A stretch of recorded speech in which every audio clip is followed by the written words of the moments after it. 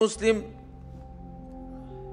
قال الله عز من قائل يا أيها الذين آمنوا اتقوا الله حق تقاته ولا تموتن إلا وأنتم مسلمون. وقال سبحانه وتعالى وتزودوا فإن خير الزاد التقوى. وقال الله سبحانه وتعالى يوم تبيض وجوه وتسود وجوه فأما الذين اسودت وجوههم أكفرتم بعد إيمانكم فذوقوا العذاب بما كنتم تكفرون.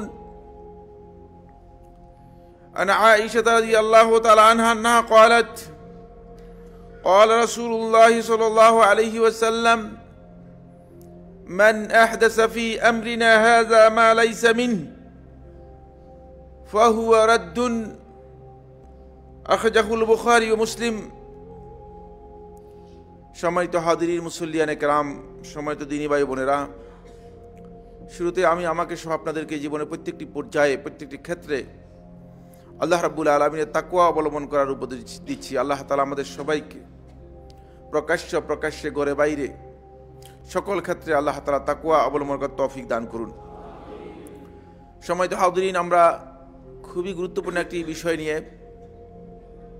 আজকের এই সংক্ষিপ্ত খুতবায় আপনাদের সাথে কিছু কথা শেয়ার করার জন্য ইচ্ছা পোষণ করেছি। ইতিমধ্যে বিষয়টি হয়তো আপনাদের অনেকেরই জানা হয়েছে অথবা অনেকে জানতে পারেননি। বিষয়টি হচ্ছে আহলুস সুন্নাহ বনাম আহলুল বিদআহ। দুটি টার্মোলজি, দুটি পরিভাষা। একটি হচ্ছে আহলুস সুন্নাহ আর একটি হচ্ছে আহলুল বিদআহ। আহলুস সুন্নাহ হচ্ছে সুন্নাহওয়ালা, সুন্নাহর অনুসারী, সহজ কথায় বলতে গেলে। আহলুল বিদআহ হচ্ছে বেদাতওয়ালা, বেদাতের অনুসারী। এই পৃথিবীর বুকে কোনো মানুষ আজকের দিন পর্যন্ত নিজেকে এই কথা পরিচয় দেই নাই, এই কথা বলেন যে আমি আহলুল বিদআহ। আপনাকে শুনেছেন কিনা প্রশ্নই আসে না। আহলুল বিদআহ পরিচয় দিয়ে আহলুল বিদআহ যারা আছে তারা নিজেদের পরিচয় দেয় না, বরং যারা আহলুল বিদআহ রয়েছে, বেরলভী এবং রেজবি পন্থী যারা আছে, তারা নিজেদেরকে আহলুল বিদআহ পরিচয় না দিয়ে তারা নিজেদের নামই দিয়েছে আহলুস সুন্নাহ। এটা আরেক আশ্চর্য এই দেশের জন্য। এদের মাথা থেকে আরম্ভ করে পা পর্যন্ত পুরোটাই বেদাতে ভরপুর, আর নিজের নাম দিয়েছে কি আহলুস সুন্নাহ। আবার তরিকতপন্থী কবর পূজারী, তরিকতপন্থী কবর পূজারী, তারা নিজেদের পরিচয় দিয়েছে আহলুল মারিফা, বলেছে আমরা মারিফতি লোক। আহলুল বিদআহ কোনোদিন পরিচয় দেয় নাই, তারা হচ্ছে মারিফতি লোক, মারিফতওয়ালা। কি মারিফত তাদের কাছে আছে তারাই ভালো জানে। তবে নিঃসন্দেহে রাসূলুল্লাহ সাল্লাল্লাহু আলাইহি ওয়াসাল্লাম বিদআতের যে পরিচয় দিয়ে গেছেন, এর সাথে তাদের সম্পর্ক একেবারেই নিবিড় সম্পর্ক রয়েছে। অনুরূপভাবে দেওবন্দি, মাতুরিদি, এই কওমি সম্প্রদায় জীবনে কোনোদিন তাদেরকে এই পরিচয় দেয় নাই যে আমরা আহলুল বিদআহ। নিজেদের নাম দিয়েছে আহলুল হক, হক্কানি। নিজেদের পরিচয় দেয় তারা আহলুল হক, আর অন্যদেরকে মনে করে আহলুল বাতিল, যে অন্যরা বাতিলের উপর আছে, আমরা হকের উপর আছি। তাদের হক্কানিয়ত সম্পর্কে একটু ভেরিফাই করা দরকার আছে, যাতে করে এই উম্মাহ বুঝতে পারে কারা হকের উপর রয়েছে। এই জন্য ওই আহলুল বিদআহ যারা রয়েছে তারা নিজেদেরকে আজকে পরিচয় দিচ্ছে আহলুল হক। তারা কতটুকু হকের উপর রয়েছে সেই বিষয়গুলো আজকের আলোচনার মধ্যে আমরা চেষ্টা করব, যদি সম্ভব হয়, সময় আমাদেরকে সাপোর্ট করে, সেগুলো ভেরিফাই করার জন্য ইনশাআল্লাহ তাআলা। সম্মানিত উপস্থিতি, এইভাবে যুগে যুগে, শুধু এই যুগের কথা বলছি না, এইভাবে যুগে যুগে যারা বেদাতের অনুসরণ করেছে, বেদাত এবং ফিরকাবন্দির অনুসরণ করেছে, তারা সবাই নিজেদেরকে আহলুস সুন্নাহ পরিচয় দিয়েছে। নিজেদের খুব সুন্দর সুন্দর পরিচয় আছে। দেখেন না, একদল লোক একেবারে পথভ্রষ্টতার এমন অবস্থায় আছে যে মানে ডাস্টবিন, ইসলামের মধ্যে যদি ডাস্টবিন নির্ধারণ করা হয় তাহলে তারা ওর অন্তর্ভুক্ত হবে। নিজেদেরকে নাম দিয়েছে হিজবুত তাওহীদ। খোদ শয়তানও তাদের এই নাম থেকে মজা পায়, খোদ শয়তান তাদের এই নাম থেকে মজা পায়। আসুন প্রথমে আল্লাহ তাআলার কথার দিকে যাই, তারপরে আমি আমার আলোচনা যাব। আল্লাহ সুবহানাহু ওয়া তাআলা কোরআনে কারীমে সূরা আলে ইমরান 106 নম্বর আয়াতের মধ্যে মানুষদের দুইটা ফরিক, দুইটা দলের কথা বলে দিয়েছেন, দুইটা ফরিকের কথা বলেছেন। এই ফরিক হচ্ছে দুনিয়াতে হবে, দুনিয়া থেকে মাহশার পর্যন্ত, হাসরের ময়দান পর্যন্ত তাদের পরিচয় থাকবে। হাসরের ময়দান যখন বিচার ফয়সালা হয়ে যাবে তখন মানুষ আবার দুই দল হয়ে যাবে, ফরিকুন ফিল জান্নাতি ও ফরিকুন ফিস সাঈর। একদল জান্নাতে চলে যাবে, আরেক দল জাহান্নামে চলে যাবে। আল্লাহ তাআলা ইরশাদ করেন, ইয়াউমা তাবিয়াদ্দু ওয়ুজুহুম, সেদিন হাসরের ময়দানে কিছু সংখ্যক চেহারা শুভ্র উজ্জ্বল হয়ে উঠবে। অনেক কালো মানুষকে দেখা যায়, তার অন্তরের হাসির কারণে মুখটা দেখলে মনে হয় যেন কেমন উজ্জ্বল, কিন্তু লোকটা দেখতে খুব কালো।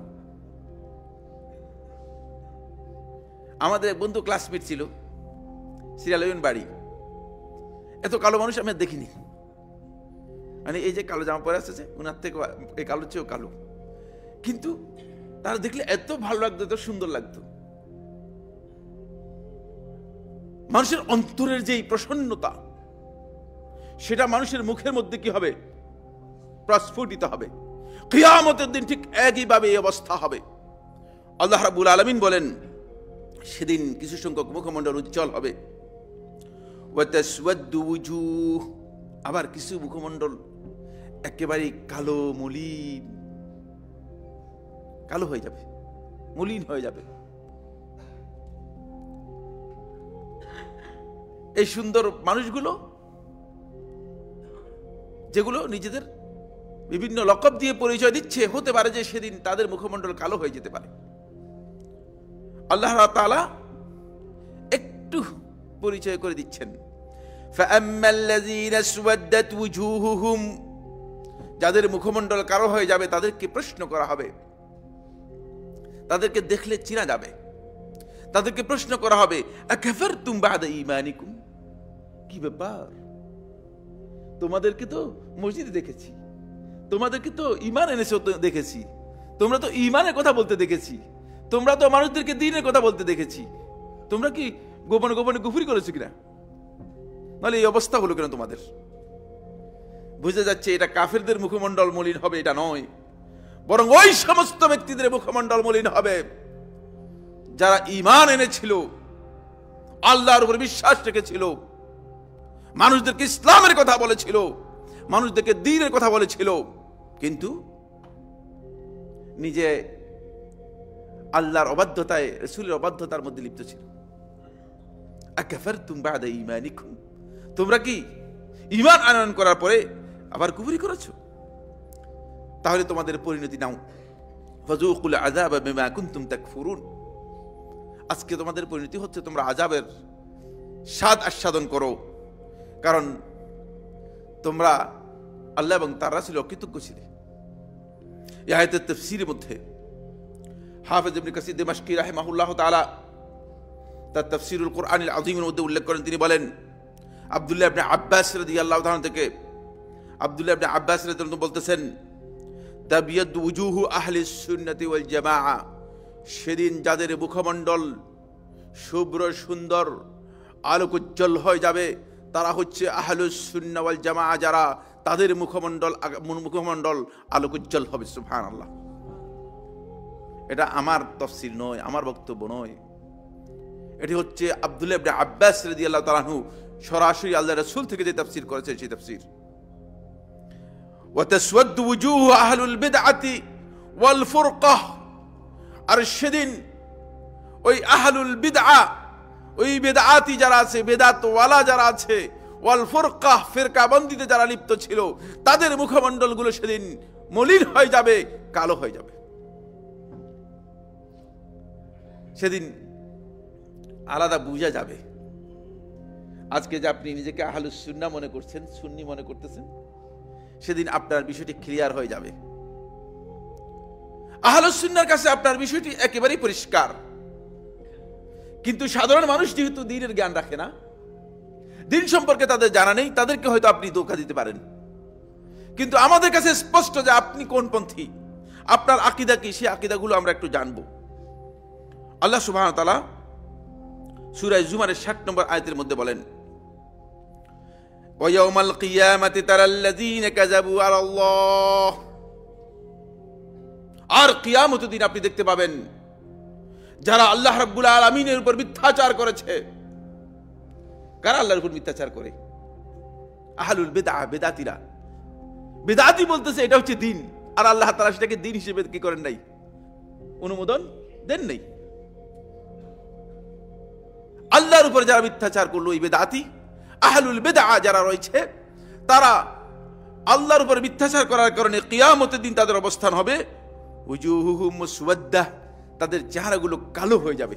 সূরা জুমারের 60 নম্বর আয়াতের মধ্যে আল্লাহ তাআলা বলেছেন সেদিন তাদের চেহারাগুলো সব কালো হয়ে উঠবে। তাদেরকে বোঝা যাবে যে তারা দ্বীনের নামে কি করেছিল, প্রতারণা। দ্বীনের নামে মানুষদেরকে ধোঁকা দিয়েছিল, দ্বীনের কথাই বলে মানুষদেরকে ধোঁকা দিয়েছিল। আসুন, এই কারণে রাসূলুল্লাহ সাল্লাল্লাহু আলাইহি ওয়াসাল্লাম আজ থেকে 1450 বছর আগে বেদাতের বিষয়টি কঠিনভাবে সতর্ক করেছেন। একটি মূলনীতি এমন স্পষ্ট করে দিয়েছেন। এই হাদিসটি বর্ণনা করেছেন উম্মুল মুমিনিন আয়েশা রাদিয়াল্লাহু তাআলা আনহা। তিনি বলেন, রাসূলুল্লাহ সাল্লাল্লাহু আলাইহি ওয়াসাল্লাম ইরশাদ করেছেন, মান আহদাসা ফি আমরিনা হাযা মা লাইসা মিনহু, যে আমাদের এই দ্বীনের মধ্যে নতুন কিছু আবিষ্কার করলো, নতুন কিছু সংযোজন করলো, নতুন কিছু নিজের পক্ষ থেকে ইনপুট করার চেষ্টা করলো, ঢুকিয়ে দেওয়ার চেষ্টা করলো, মা লাইসা মিনহু, যা দ্বীনের মধ্যে আমরা অনুমোদন দেই নাই, দ্বীনের অন্তর্ভুক্ত ছিল না, ফাহুয়া রাদ্দুন, সে প্রত্যাখ্যাত এবং তার এই কাজও প্রত্যাখ্যাত। এই তাফসীর করেছেন এই হাদিসের ব্যাখ্যার মধ্যে ইমাম নবী রাহমাতুল্লাহ আলাইহি। আমি যেটা বললাম, ইমাম নবী রাহমাতুল্লাহ আলাইহি শারহ সহিহ মুসলিমের মধ্যে ওই ব্যক্তিও প্রত্যাখ্যাত, যেহেতু সে আহলুল বিদআ, আর তার বেদাত তো অবশ্যই প্রত্যাখ্যাত হবেই। বেদাত তো সুন্নত হওয়ার কি সম্ভাবনা নেই। বেদাতি বেদাত করে আবার বলে যে বেদাতে হাসানা রয়েছে, বড় হাসির বিষয়। খুদ শয়তানও এই সমস্ত কর্মকাণ্ডে আসলেই বিব্রতকর অবস্থার মধ্যে আছে। বিদআত হারাম কাজ, নিকৃষ্ট কাজ। আল্লাহ রাসূল সাল্লাল্লাহু আলাইহি ওয়াসাল্লাম হাদিসের মধ্যে বলেছেন, শাররুল উমুর, এই পৃথিবীর মধ্যে দ্বীনের ব্যাপারে সবচেয়ে নিকৃষ্ট কাজ হচ্ছে বেদাত। আর আপনি সেই বেদাতি ওই হারাম কাজকে বলতেছেন এটা ভালো কাজ, হারাম ভালো কাজ। হারামের মধ্যে ভালো কাজ কিভাবে ঢুকালেন? কিভাবে হারামের মধ্যে আপনি হাসানা খুঁজে পাচ্ছেন? আল্লাহ তাআলা এই বেদাতীদেরকে হেদায়েত দান করুন। বন্ধুগণ, আমি প্রথমে আহলুস সুন্নাহর পরিচয় দেব খুব সংক্ষেপে, তারপর আহলুল বিদআ এর পরিচয় দিব, এবং আহলুস সুন্নাহ এবং আহলুল বিদআ সম্পর্কে আপনাদের কাছে একটা স্পষ্ট কনসেপ্ট তুলে ধরার জন্য চেষ্টা করব ইনশাআল্লাহ তাআলা। ওমা তৌফিক ইল্লা বিল্লাহ। প্রথম হচ্ছে আহলুস সুন্নাহ হচ্ছে নবী সাল্লাল্লাহু আলাইহি ওয়াসাল্লাম যা কিছু নিয়ে এসেছেন তা নিঃশর্তভাবে যারা মেনে নেয়, তারা হচ্ছে আহলুস সুন্নাহ। এখানে এই কথা বলার দরকার নেই যে নবী সাল্লাল্লাহু আলাইহি ওয়াসাল্লাম এই কথা মানি, এই কথা মানি না। এই কথা বলার দরকার নেই যে নবী সাল্লাল্লাহু আলাইহি ওয়াসাল্লাম এই কথা দিয়ে আমি এভাবে বুঝেছি।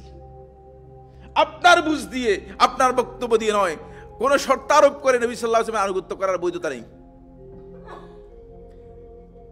ওয়ামা আতাকুমুর রাসূলু ফাখুযুহু ওয়ামা নাহাকুম আনহু ফান্তাহু, রাসূল যা নিয়ে এসেছেন সেটা পুরোটাই ধরো, পুরোটাই গ্রহণ করো। আপনার ইচ্ছা মতো হলে চলবে না। 1 নম্বর পয়েন্ট। 2, আহলুস সুন্নাহ ওয়াল জামাআহ হচ্ছে সালাফদের ফাহাম বা বুঝ অনুযায়ী কোরআন ও সুন্নাহর নির্দেশনা ব্যাখ্যা গ্রহণ করে। কোরআন এবং সুন্নাহর ব্যাখ্যা সাইফুল্লাহর ব্যাখ্যা নয়, অমুক আলেমের ব্যাখ্যা নয়, অমুক বুজুর্গের ব্যাখ্যা নয়, অমুক মুরব্বীর ব্যাখ্যা নয়, অমুক পীরের ব্যাখ্যা নয়, এটা হতে হবে সালফে সালেহিনের ব্যাখ্যা। আহলুস সুন্নাহ এর পরিচয় হচ্ছে আহলুস সুন্নাহ কোরআন এবং সুন্নাহর যে ব্যাখ্যা গ্রহণ করে থাকেন, সেই ব্যাখ্যা গ্রহণ করে থাকেন কিভাবে? সালফে সালেহিন যে বুঝ নিয়েছেন, সালাফগণ যে বুঝ দিয়েছেন, সেই বুঝ অনুযায়ী নেন। কারণ রাসূলুল্লাহ সাল্লাল্লাহু আলাইহি ওয়াসাল্লামের কাছে কারা ছিলেন? সালফে সালেহিন রাসূলুল্লাহ সাল্লাল্লাহু আলাইহি ওয়াসাল্লামের কাছে ছিলেন, সাহাবায়ে কেরামরা কাছে ছিলেন। সুতরাং তারা যা বুঝেছেন এর চেয়ে আপনি বেশি বুঝে যাবেন, এ কথা কোনোদিন হতে পারে না, এটা ভুল কথা। 3 নম্বর হচ্ছে আল মুগায়্যাবাত, অদৃশ্য বিষয়ের ক্ষেত্রে আহলুস সুন্নাত ওয়াল জামাত কখনো নিজেদের আকল, বুঝ, বিবেচনা ও যুক্তিকে প্রাধান্য দেয় না। মুগায়্যাবাতের বিষয়, আল্লাহ সম্পর্কে একটা তথ্য দিয়ে দিলেন, ভুল ইনফরমেশন, কিসের ভিত্তিতে দিচ্ছেন? রাসূল সম্পর্কে একটা ভুল ইনফরমেশন দিয়ে দিচ্ছেন, তথ্য দিয়ে দিচ্ছেন। রাসূল নূরের তৈরি, রাসূলকে তৈরি করার সময় আল্লাহ রাব্বুল আলামিন আপনাকে জিজ্ঞেস করেছিলেন, হ্যাঁ, ইনফরমেশনটা কোত্থেকে পেলেন? দুনিয়ার আকল দিয়ে এটা বোঝা যায় যে ইনফরমেশন হওয়ার কোনো সঠিক মানে সূত্র নেই। খুবই কমন কথা, কমন সেন্স দিয়ে বোঝার বিষয় রয়েছে। আপনি সেই কাজগুলো করতেছেন। গায়বের বিষয়ে আমার বন্ধুগণ আকলের সামান্যতম কোনো স্থান নেই। কবর আযাব রয়েছে। এখন আপনি যদি বলেন যে চোখের সামনে লোকটাকে দাফন করে আসলাম, দেখলাম যে মাটির সাথে মিশে গিয়েছে, পানি হয়ে গেছে, কই কবর আযাব হলো? এর উত্তর আমিও দিতে পারবো না, দুনিয়ার কোনো ব্যক্তি দিতে পারবে না। কারণ গায়বের সাথে বিষয়, গায়বের অদৃশ্য জ্ঞানের বিষয়। এই গায়বের বিষয়গুলো সম্পর্কে আন্দাজের উপর বক্তব্য দেয়া, এটা আহলুস সুন্নাত ওয়াল জামাতের কাজ নয়, এটা হচ্ছে আহলুল বিদআর কাজ। 3 নম্বর পয়েন্ট। 3 নম্বর হচ্ছে উম্মার মধ্যে বিভক্তি ও বিচ্ছিন্নতা সৃষ্টি হতে পারে, এই ধরনের কোন দর্শন ও নতুন আকীদা বা চিন্তাধারা কখনো গ্রহণ করেন নাই। আহলুস সুন্নাত পরিচয় হচ্ছে এই উম্মার মধ্যে ফরকা আসবে, বিচ্ছিন্নতা আসবে, ফেরকাবন্দি আসবে, বিভক্তি আসবে, এমন কোন আকীদা, এমন কোন চিন্তাধারা, এমন কোন চেতনা আহলুস সুন্নাহ জীবনে কোনোদিন বহন করেন না। কারণ সালাফদের মানহাজের মধ্যে এটা নেই। আপনি হয়তো জানেন না, বরং আপনি একটা ফিরকাবন্দি তৈরি করে দিয়ে, আপনি একটা নতুন চিন্তাকে ইনপুট করে, আপনি একটা মতাদর্শ নতুন আবিষ্কার করে, আপনার মন গড়া একটা ধ্যান ধারণাকে দ্বীনের মধ্যে ঢুকিয়ে দিয়ে আপনি সাহাবায়ে কেরামদের বক্তব্যকে কি করতেছেন? কনফ্লিক্ট করতেছেন, বিরোধিতা করতেছেন। এটা পুরো উল্টা। আহলুস সুন্নাহ কোনোদিন ফিরকাবন্দির কোনো বক্তব্য দেয় না। এমনকি ইখতিলাফের ক্ষেত্রেও আপনারা জানেন, আব্দুল্লাহ ইবনে মাসউদ রাদিয়াল্লাহু তাআলা আনহু, আব্দুল্লাহ ইবনে ওমর রাদিয়াল্লাহু তাআলা বর্ণিত হয়েছে, আরাফার ময়দানের সালাতের ব্যাপারে তখন বলেছেন, আমরা চুপ ছিলাম এই জন্য আল খিলাফু শাররুন, মতবিরোধ এটি ক্ষতির কারণ হতে পারে, এই জন্য আমরা মতবিরোধে যাইনি। এই জন্য আহলুস সুন্নাহ হচ্ছে এই উম্মার ঐক্যের একমাত্র সূত্র। এই মানদণ্ডেই শুধুমাত্র উম্মাহ ঐক্যবদ্ধ হতে পারে। এরপরে যে পয়েন্টটি, সেটি হলো 5 নম্বর। আমার বন্ধুগণ, সালফে সালেহিন তথা সাহাবায়ে কেরামের অনুসৃত কর্মপদ্ধতির বাইরে মন গড়া কোনো দাওয়াতি পদ্ধতি, সংস্কার পদ্ধতি, প্রতিবাদ ও প্রতিরোধের পদ্ধতি গ্রহণ করে না। অনেক লম্বা ব্যাখ্যা রয়েছে এগুলো, প্রত্যেকটি কথার সময়ের কারণে ব্যাখ্যা করতে পারবো না। সালফে সালেহিনের দেখানো যে পদ্ধতি আছে, এখন আপনি আর আপনার মন গড়া একটা দাওয়াতি পদ্ধতি আবিষ্কার করলেন, ঘাটতি গুট্টা নিয়ে বেরোয় চলে যাচ্ছেন। ভাই, পরিবারের কথা বলে আল্লাহর উপর ছেড়ে দিয়েছি, নাকি আল্লাহ বলেছেন আল্লাহর উপর ছেড়ে দেওয়ার জন্য? আল্লাহ কোথায় আপনাকে বলেছে এই কথা? এদের দায়িত্ব তো আল্লাহ তাআলা আপনার উপর দিয়েছে। আপনি আল্লাহকে কেন অপবাদ দিয়ে যাচ্ছেন? কোন পদ্ধতি যেটা সালফে সালেহিনের মানহাজের মধ্যে নেই, আহলুস সুন্নাহ যারা রয়েছে, যারা সত্যিকার সুন্নাহওয়ালা রয়েছে, সুন্নাহর অনুসারী রয়েছে, তারা এই সমস্ত পদ্ধতি গ্রহণ করে না। সংস্কার সংশোধনের পদ্ধতি এভাবে গ্রহণ করে না। রাস্তায় এসে গিয়ে আপনি মানুষের গাড়ি পুড়িয়ে দিলেন, মানুষের গাড়ির উপর আপনি একটা বোমা মেরে দিলেন, এটা কোন সংস্কার করলেন? এই নিরপরাধ মানুষ হতে পারে যে জীবনে কোনোদিন তার সাথে, সরকারের সাথে এক চুল পরিমাণ সম্পর্ক নেই, তার গাড়ি কেন পুড়িয়ে দিয়েছেন? এগুলো কি জবাবদিহি করবেন? এই কোন পদ্ধতি সংস্কার পদ্ধতি নয়, এটা প্রতিবাদের পদ্ধতি নয়। ইসলাম যে পদ্ধতি দিয়েছে সেই পদ্ধতি আহলুস সুন্নাহ যারা রয়েছে তারা গ্রহণ করে থাকে। অনেক লম্বা আলোচনা এই বিষয়ে, জাস্ট শুধুমাত্র পয়েন্টগুলো বলে যাব, সময় আমাদেরকে সাপোর্ট করবে না, যেহেতু সময় খুব দ্রুত এগিয়ে যাচ্ছে। 6 নম্বর হচ্ছে আহলুস সুন্নাহ নিজেদেরকে রাসূল সাল্লাল্লাহু আলাইহি ওয়াসাল্লামের সুন্নাহ অথবা সালাফদের দিকে সম্পৃক্ত ও সম্পর্কিত করেন। কোনোভাবেই তারা নিজেদেরকে ব্যক্তি, দরবার, গোষ্ঠী, বুজুর্গ বা কোনো গ্রুপের দিকে সম্পর্কিত করেন না। দেখেন না, আহলুস সুন্নাহর লাইসা লাহুম ইমাম ইল্লা মুহাম্মাদুন সাল্লাল্লাহু আলাইহি ওয়াসাল্লাম, তাদের কোনো ইমাম নেই মুহাম্মদ সাল্লাল্লাহু আলাইহি ওয়াসাল্লাম ছাড়া। মাঝখানে মধ্যসত্যভোগী কোথায় থেকে আসলো এতগুলো?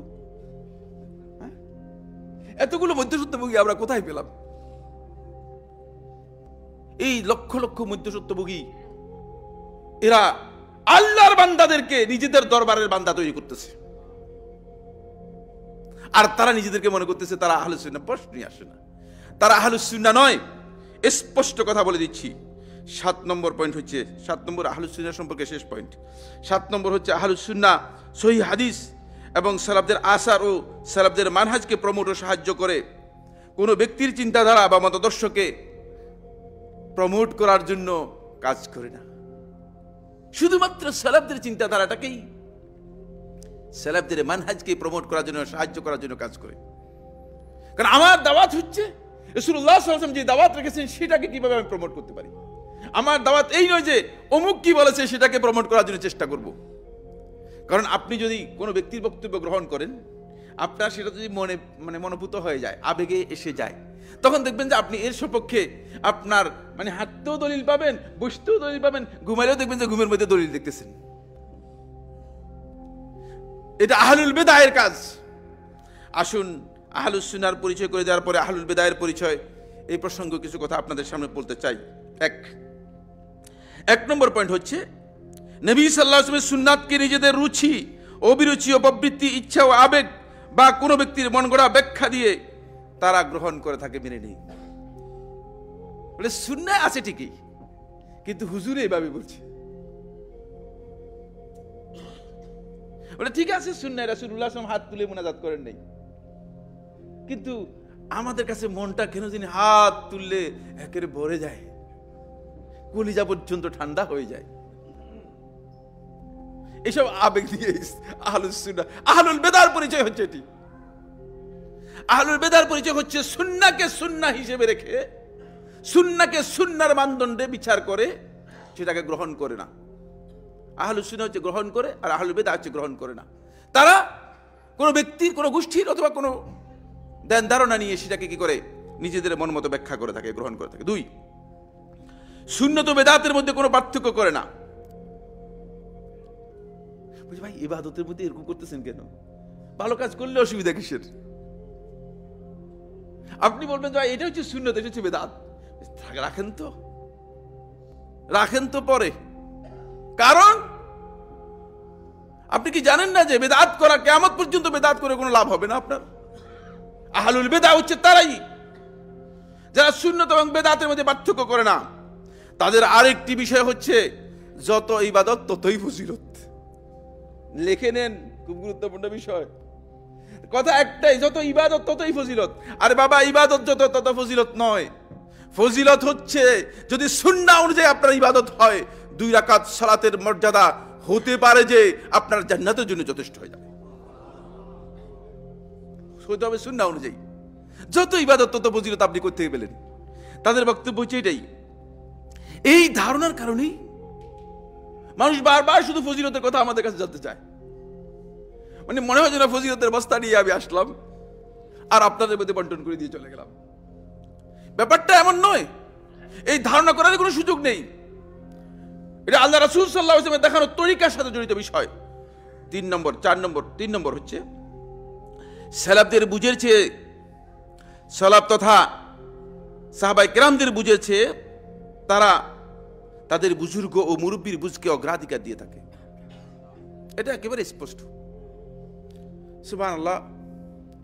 শেখ আব্দুল আজিজ বিন বাজ রহমতুল্লাহ যখন জীবিত ছিলেন, সময় আমাদেরকে সাপোর্ট করবে না, নচেত বিস্তারিত বিষয়গুলো বলতে পারতাম। শেখ আব্দুল আজিজ রহমতুল্লাহ যখন জীবিত ছিলেন, তখন তিনি এই পৃথিবীর ইমাম ছিলেন এনামুল হাসান, আল্লাহ তাআলা তাকে হেদায়েত করে রহমত করুন, মারা গেছেন তিনি। ওই তাবলীগ জামাতের এনামুল হাসান তিনি ছিলেন। তার কাছে চিঠি লিখলেন শেখ রহমতুল্লাহ, তোমরা যে কাজগুলো করতেছো খুবই ভালো কাজ, দ্বীনের কাজ, কিন্তু তোমাদের এই যে ভুলগুলো আছে নবী সাল্লাল্লাহু আলাইহি ওয়াসাল্লামের সুন্নাহর সাথে এগুলো সব সাংঘর্ষিক। যদি তোমরা এগুলোকে এইভাবে পরিবর্তন করে নাও তাহলে তোমাদের জন্য হেদায়েতের পথ মুক্ত হয়ে যাবে। কত সুন্দর পরামর্শ, কত হেদায়েতের পরামর্শ, ভালো পরামর্শ। এই মানে চিঠির উত্তরের মধ্যে এনামুল হাসান, চিঠিগুলো আমাদের কাছে আছে, চিঠিগুলো ছাপানো রয়েছে। এই চিঠির উত্তরে এনামুল হাসান শেখ আব্দুল আজিজ আব্দুল্লাহ বিন বাজ রাহমাতুল্লাহ আলাইহি লিখলেন যে আমাদের মুরব্বীরা যে তরিকার মধ্যে বরকত পেয়েছে এটাই আমাদের কাছে সবচেয়ে শ্রেয়। নাউজুবিল্লাহ বলেন। এরা আহলুস সুন্নাহ, এই হচ্ছে আহলুল বিদআর পরিচয়। এরা আহলুস সুন্নাহ পরিচয় দেয়া হচ্ছে মূলত আল্লাহ রাসূল সাল্লাল্লাহু আলাইহি ওয়াসাল্লামের সুন্নাহকে অপমান করা, আল্লাহ রাসূল সাল্লাল্লাহু আলাইহি ওয়াসাল্লামের সুন্নাহ সম্পর্কে অজ্ঞতা ছাড়া আর কিছুই নয়। আসুন এরপরের বিষয়টি, শরীয়তের নামে ইবাদতের নামে আল্লাহ ও তার রাসূলের উপর মিথ্যাচার করতে মোটেও কুণ্ঠাবোধ করে না। ইয়া সুবহানাল্লাহ। এক একটা বইয়ের মধ্যে, বই বাদ দিলাম, বই সব ফেলে দেন, মাহফিলের মধ্যে যতক্ষণ পর্যন্ত দেখি যে কোনো জায়গা দিয়ে যাচ্ছি মাহফিলের আওয়াজ শুনতেছি ততক্ষণ পর্যন্ত মিথ্যা কথা বলতেছে। এটা কি হেদায়েত দিচ্ছেন না আল্লাহ এবং তার রাসূলের নামে মানুষদেরকে মিথ্যা কথা বলতেছেন? আর আপনি নিজেকে মনে করতেছেন আপনি আহলুস সুন্নাহ? প্রশ্নই আসে না। যারা আল্লাহ এবং তার রাসূলের নামে মিথ্যাচার করে তারাই হচ্ছে সর্বনিকৃষ্ট আহলুল বিদআহ, এবং তাদের স্থান আল্লাহ রাসূল সাল্লাল্লাহু আলাইহি ওয়াসাল্লাম স্পষ্ট করেছেন সহিহ বুখারী হাদিসের মধ্যে, ফালিয়াতাবাওয়া মাকআদাহু মিনান নার, সে যেন জাহান্নামে তার স্থান নির্দিষ্ট করে নেয়, সে যেন জাহান্নামে তার স্থান নির্দিষ্ট করে নেয়। সুতরাং খবরদার, সতর্ক হয়ে যান। এরপরের পয়েন্টটি হচ্ছে বন্ধুগণ, সালাফদের সমালোচনা করা, তাদেরকে কটূক্তি করা নিয়মিত একটা সুন্নত মনে করে। কোথায় কোথায় আপনার কোনো কাজ নেই, যেখানেই যান সেখানেই সালাফদের সালাফি মানহাজ মানে এটা হচ্ছে তাদের গাত্রদাহ, জ্বালা অন্তর জ্বালা। কি ব্যাপার, কি কেন, কি সমস্যা আপনার? আপনার সমস্যাটা কোথায়? আপনি আপনার বক্তব্য মানুষের কাছে তুলে ধরেন, আপনি আপনার এভিডেন্স সহ বক্তব্য দেন মানুষের কাছে। আমরা আমাদের এভিডেন্স সহ মানুষের কাছে বক্তব্য দিচ্ছি, যদি মানুষ গ্রহণ করে করুক, আপনার সাথে কোথায় সমস্যা? কিন্তু না, তাদের একটাই মানহাজ, সেটা হচ্ছে যেখানেই যাবে কিভাবে সুন্নাহর অনুসারী সালাফদের মানহাজ সম্পর্কে কিছু না কিছু কটূক্তি করবে, কিছু না কিছু গালিগালাজ করবে। এটা হচ্ছে তাদের সুন্নত, এটা তারা সুন্নত বানিয়ে নিয়েছে। এই আহলুল বিদআর পরিচয় হচ্ছে এটি। এরপরের পয়েন্ট বন্ধুগণ, আহলুস সুন্নাহর বিরোধিতার জন্য তারা সুন্নাহ বা হককে গোপন করে দ্বীনের ব্যাপারে মানুষদের কাছে প্রতারণা করে। ইন্না লিল্লাহি ওয়া ইন্না ইলাইহি রাজিউন। আপনি দেখেন রফুল ইয়াদাইন এর হাদিস সংখ্যা কত, এবং আমাদের আলেমরা সবাই জানে। তো জিজ্ঞেস করেন হুজুর রফুল ইয়াদাইন হাদিস আছে কিনা, বলেন না, এরকম কোনো হাদিস নেই। এই লোক আবার আপনাদের কাছ থেকে 5,000 টাকা নিয়ে বুখারী খতম করতেছে। ইন্না লিল্লাহি ওয়া ইন্না ইলাইহি রাজিউন। বুখারীর মধ্যে 5টা হাদিস রয়েছে, এই লোক কি বুখারী খতম করে? হ্যাঁ, কি উদ্দেশ্য এগুলো? হককে গোপন করার এই যে টেন্ডেন্সি কেবলমাত্র ইহুদি আলেম যারা ছিল তাদের কাছে পাওয়া গিয়েছে, কোরআন সাক্ষী দিয়েছে। আমার হাতে সময় নেই, নাহলে আমি প্রত্যেকটি বিষয়ে আরো বিস্তারিত আলোচনা করতাম, কারণ বিস্তারিত আলোচনার দাবি রাখে বিষয়গুলো, তাহলে আপনারা উপকৃত হতেন। এই টেন্ডেন্সি সেখান থেকে এসে আজকের দিন পর্যন্ত একটি মাসআলা যখন আপনাকে জিজ্ঞেস করা হয়, আপনি জানেন যে এই মাসআলার মধ্যে হক হচ্ছে এটি, তারপরে বাতিল বলতেছেন। কারণ কি? কারণ হচ্ছে আপনি আহলুল বিদআহ। বিদআত আপনার অন্তরের মধ্যে এমনভাবে গালেব হয়ে গেছে, হকটাকে গোপন করাটা আপনি কোনোভাবেই অপরাধ মনে করছেন না, অন্যায় মনে করছেন না, আপনি হকটাকে গোপন করছেন। বন্ধুগণ, সময়ের কারণে কিছু পয়েন্ট একটু বাদ দিয়ে সামনের পয়েন্টে যাই। 7 নম্বর পয়েন্ট, নিজেদেরকেই নিজেরা মানে হকপন্থী মনে করে আর নিজেদের বাইরে যারা আছে এদের সবাইকে বাতিলপন্থী মনে করে, অথচ নিজেরাই বাতিল আকীদার অনুসারী হয়ে অন্যদেরকে গলা ফাটিয়ে চিৎকার করে বাতিল বলার চেষ্টা করে। কথায় কথায় কাফের ফতোয়া। কাফের মানে কাকে বলা হয়? কাফের একটা গোডাউন আর কি। অপ্রয়োজনীয় মানুষদেরকে কাফের বানিয়ে দিচ্ছেন। আমাকে, আপনাকে, সাইফুল্লাহ, অন্যকে আল্লাহ তাআলা এই কথা বলেন না যে মানুষদেরকে কাফের বানিয়ে দিয়ে দিন থেকে বের করে দাও। এই দায়িত্ব আমার নয়, আমাকে দিনে আনতে বলেছে। কি আমরা কাজ করতেছি, কি আমাদের দায়িত্ব?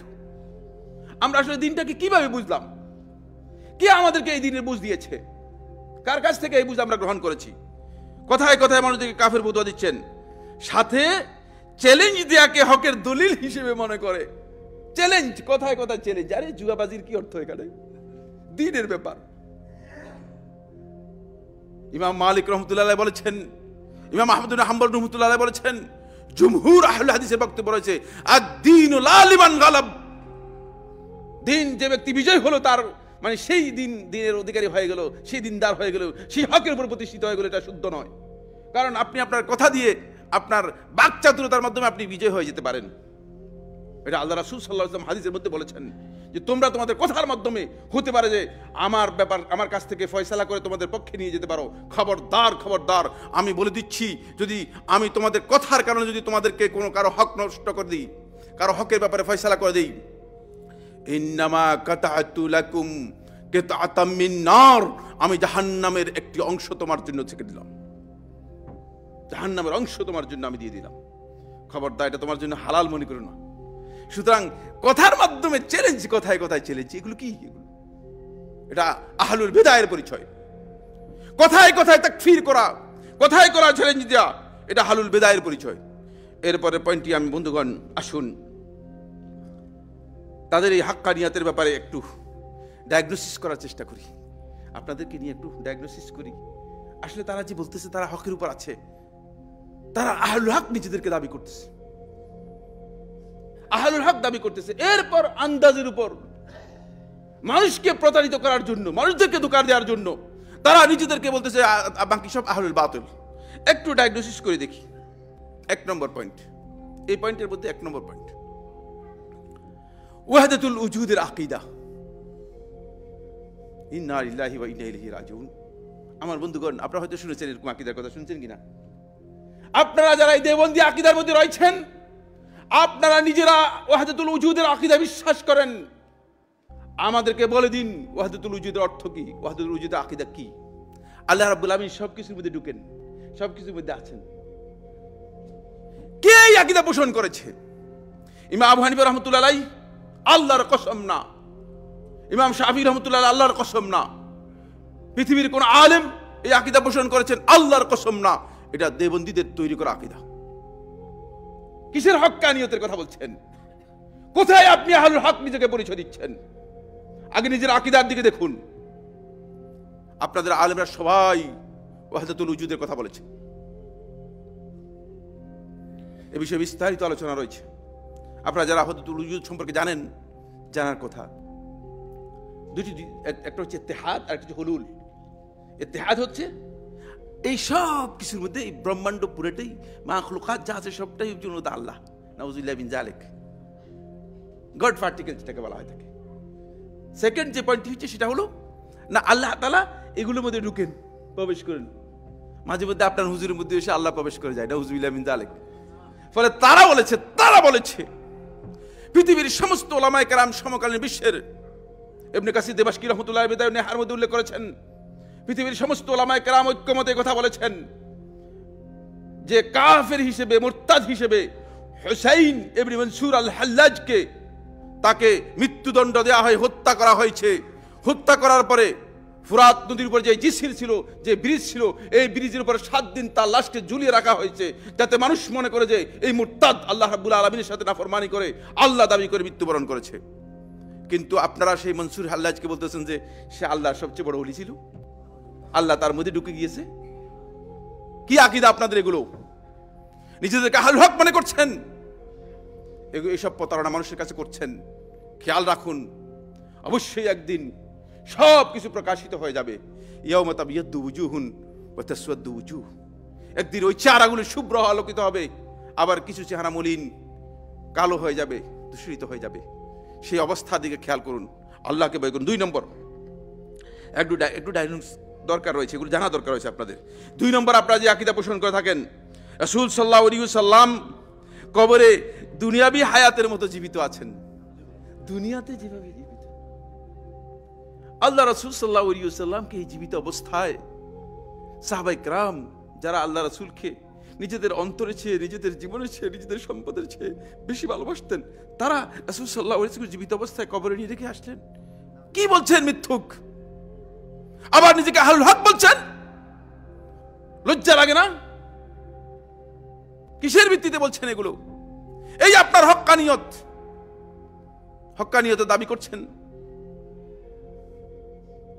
সমস্ত সাহাবায়ে কেরামের বক্তব্য দ্বারা প্রমাণিত হয়েছে রাসূলুল্লাহ মারা গিয়েছেন, তারপরে রাসূলুল্লাহকে দাফন করে আসা হলো। কখন জীবিত করলেন আপনারা? কে আপনাদের কোন হুজুরকে জীবিত করেছে? শুধু কি এটা বলছে? এটা না, আপনি আশ্চর্য হবেন। বলছে যে তাদের এক বড় বুজুর্গের নাম হচ্ছে আহমদ রিফাই, নাউজুবিল্লাহ। ইহার এক মুরতাদ টাইপের না ব্যক্তি ছিল আহমদ রিফাই। সে নাকি আল্লাহ রাসূল সাল্লাল্লাহু আলাইহি ওয়াসাল্লামের কবরে গিয়েছে, সালাম দিয়েছে, রাসূলুল্লাহ সাল্লাল্লাহু আলাইহি ওয়াসাল্লামের শানে নাত পাঠ করেছে। পাঠ করার পর রাসূলুল্লাহ সাল্লাল্লাহু আলাইহি ওয়াসাল্লাম হাত বের করে তার সাথে মুসাফা করেছে। বলেছে যে সেখানে নাকি 90,000 লোক উপস্থিত ছিল, সবাই দেখেছে। আচ্ছা, আজকে যান দেখি আল্লাহ রাসূল কবরের সামনে, এখানে 900 লোক দাঁড়াতে পারবে? হ্যাঁ, জায়গা আছে? মিথ্যা কথা, তোর সাইজ আছে। আপনারা হাসছেন, কিন্তু হাসার বিষয় নয়। এই লোকগুলো আহলুল হক দাবি করে থাকে, তারা আহলুল হক নিজেদেরকে মনে করছে, এটা হাসির বিষয় নয়। এখানে তো 900 লোকের দাঁড়ানোর জায়গা নেই। 90,000 লোক কোথা থেকে আসলো? কে এই 90,000 লোক? তারা কখন আসলো এত লোক? আর রাসূলুল্লাহ সাল্লাল্লাহু আলাইহি ওয়াসাল্লাম কত ঘন্টা পর্যন্ত হাত বের করে রেখে দিয়েছেন মুসাফা করার জন্য? কথার একটা সাইজ আছে, তো মিথ্যারও তো একটা সাইজ আছে। আপনারা এই লোকগুলো বলতেছেন আপনাদের গাউস কুতুবরা মানে পৃথিবীর সকল কিছু নিয়ন্ত্রণ করে। আল্লাহ তাআলা এগুলো শুধু তামাশা দেখেন। এই আপনার আকীদা, এই আকীদা পোষণ করে আপনি বলতেছেন আপনি আহলুল হক। আপনি হচ্ছেন আহলুল বিদআহ। এই জাতি চিহ্নিত করে নেবে এরা হচ্ছে আহলুল বিদআহ, এরা সত্যিকার বেদাতের অনুসারী। আল্লাহর এই মাখলুকাতের মধ্যে সামান্যতম কোনো বিষয়ে দুনিয়ার কোন মানুষের পরিবর্তন করার ক্ষমতা নাই।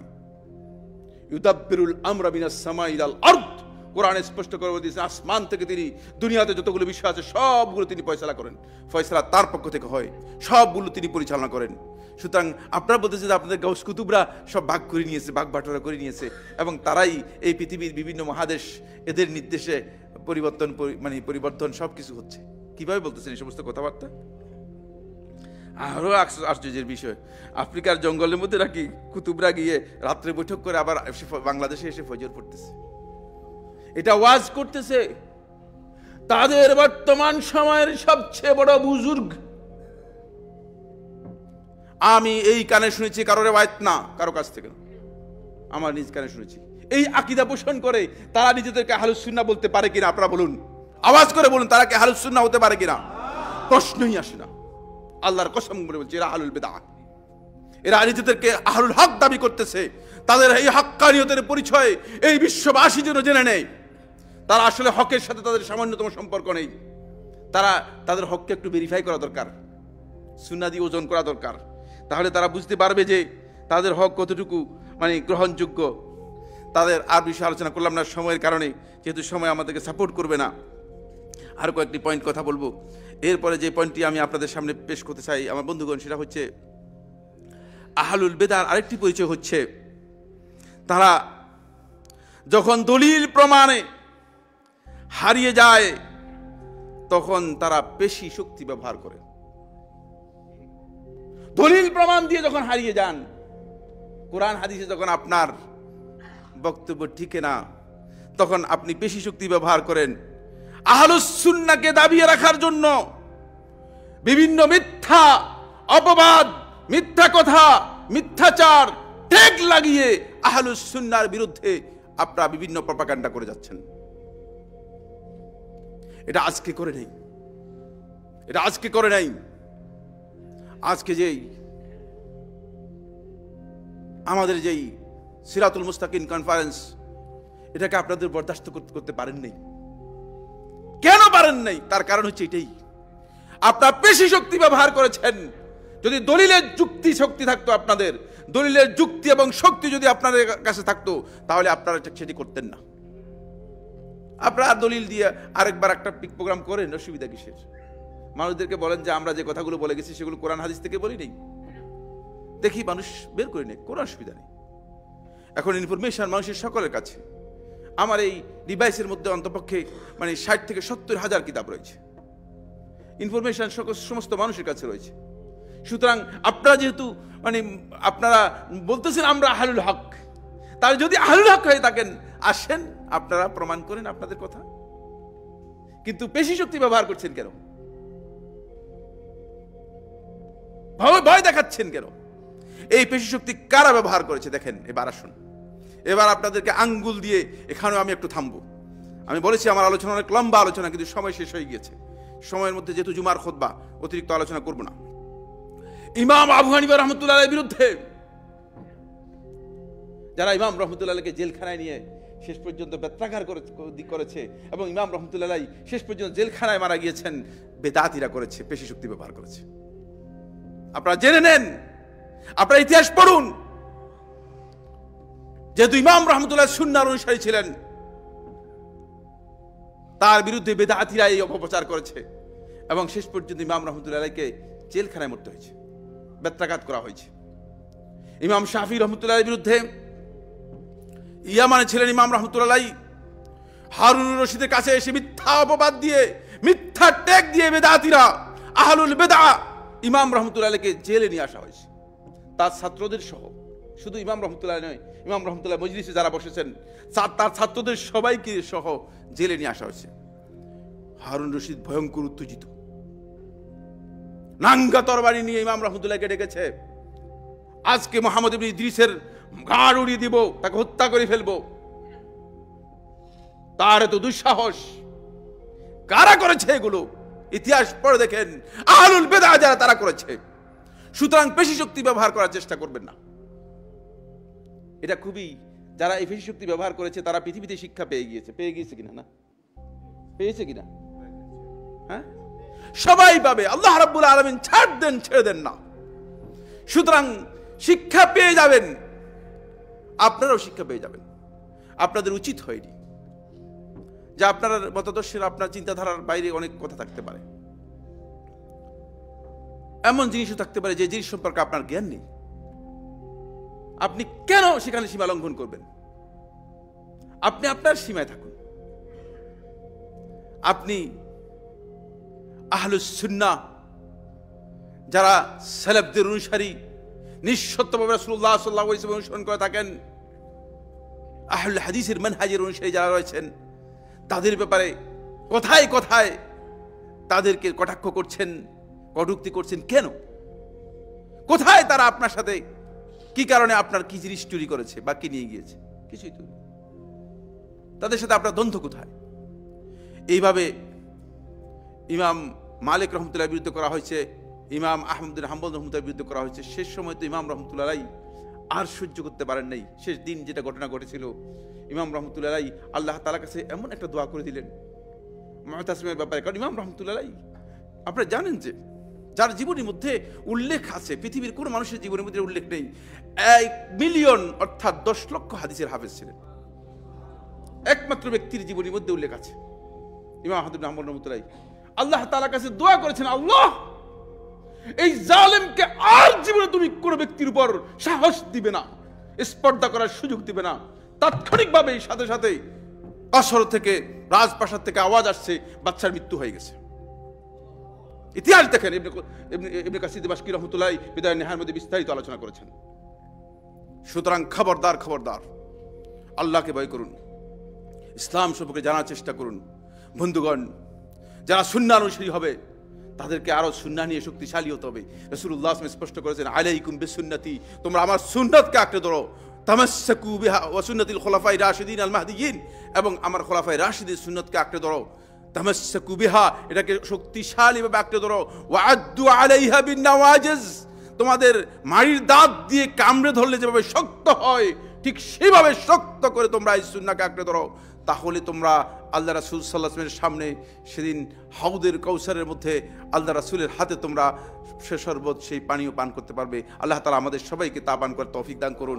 আকুলু কাউলি হাযা লি ওয়া লাকুম ফাস্তাগফিরুল্লাহ লি ওয়া লাকুম ফাস্তাগফিরুহু ইন্নাহু হুয়াল গফুরুর রহিম।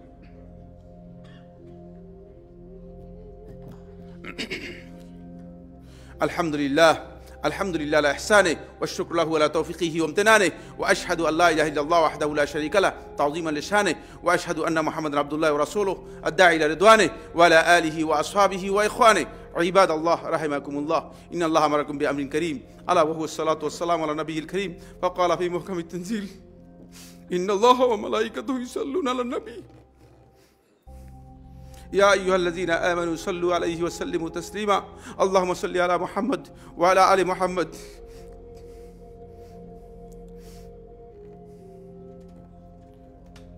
كما صليت على إبراهيم وعلى آل إبراهيم في العالمين إنك حميد مجيد وبارك اللهم على محمد وعلى آل محمد كما باركت على إبراهيم وعلى آل إبراهيم في العالمين إنك حميد مجيد وارض اللهم عن الخلفاء الراشدين الأئمة المهديين أبي بكر وعمر وعثمان وعلي وعن سائر أصحاب محمد صلى الله عليه وسلم أجمعين اللهم أعز الإسلام والمسلمين اللهم أعز الإسلام والمسلمين وانصر عبادك الموحدين في كل مكان رب العالمين মুসলিমরা একটা কঠিন সময় অতিক্রম করছে রব্বুল আলামিন পৃথিবীর বিভিন্ন ভূখণ্ডে মুসলিমদের উপর বিভিন্ন নির্যাতন নিপীড়ন রব্বুল আলামিন মেহেরবানি করে তাদেরকে আপনার পক্ষ থেকে সাহায্য করুন রব্বুল আলামিন মেহেরবানি করে তাদের উপর আপনার রহমত নাজিল করুন রব্বুল আলামিন ইসলাম ও মুসলমানদের দুশমনদেরকে আপনি ধ্বংস করে দিন রব্বুল আলামিন যারা না বুঝে ইসলামের বিরুদ্ধে সুন্নাহর বিরুদ্ধে অবস্থান নিয়েছে তাদেরকে হেদায়েত দান করুন রব্বুল আলামিন আমাদের সবাইকে হিদায়াতের উপর দ্বীনের উপর সুন্নাহর উপর অবিচল থাকার তৌফিক দান করুন রব্বুল আলামিন আমাদের মধ্যে যারা অসুস্থ আছে তাদেরকে সুস্থ করে দিন যারা বিপদগ্রস্ত আছে তাদের বিপদ দূর করে দিন যারা সংকটের মধ্যে আছে তাদের সংকট দূর করে দিন আমাদের মধ্যে যারা আগে ছিল আজকে নেই মারা গিয়েছে কবরে চলে গিয়েছে মেহেরবানি করে তাদের সবাইকে রহম করুন রব্বুল আলামিন তাদের কবরকে জান্নাতের বাগানে পরিণত করে দিন রব্বুল আলামিন আমাদের সবাইকে দ্বীনের উপর ইস্তেকামত থাকার তৌফিক দান করুন রব্বুল আলামিন আমাদের সবাইকে দ্বীনের জ্ঞান অর্জন করার তৌফিক দান করুন ইবাদাল্লাহ রাহিমাকুমুল্লাহ ইন্নাল্লাহা ইয়া'মুরু বিল আদলি ওয়াল ইহসান ওয়া ইতা'i যিল কুরবা ওয়া ইয়ানহা আনিল ফাহশাই ওয়াল মুনকারি ওয়াল বাগyi ইয়া'iযুকুম লা'আল্লাকুম তাযাক্কারুন فاذكروا الله العظيم الجليل يذكركم واشكروه على آلائه ونعمه يزدكم ولذكر الله أكبر والله يعلم ما تصنعون